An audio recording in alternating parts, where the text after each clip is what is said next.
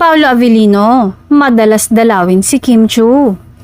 Bulong-bulungan ngayon sa showbiz world ang pagiging madalas na pagdalaw ni Paolo Avellino sa kanyang leading lady na si Kim Chiu.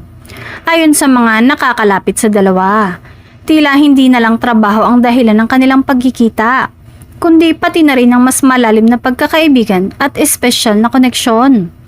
Kahit abala sa kanya-kanyang schedule, laging naglalaan ng oras si Paolo para dalawin si Kim sa mga proyekto nito.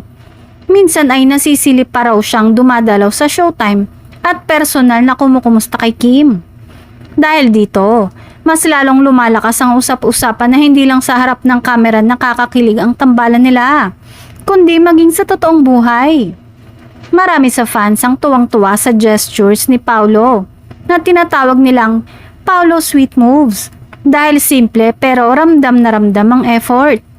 Samantala, nananatiling tikom ang bibig ng dalawa sa tunay na estado ng kanilang relasyon, pero ayon sa mga tagahanga, sapat na raw ang kanilang nakikitang closeness ng dalawa.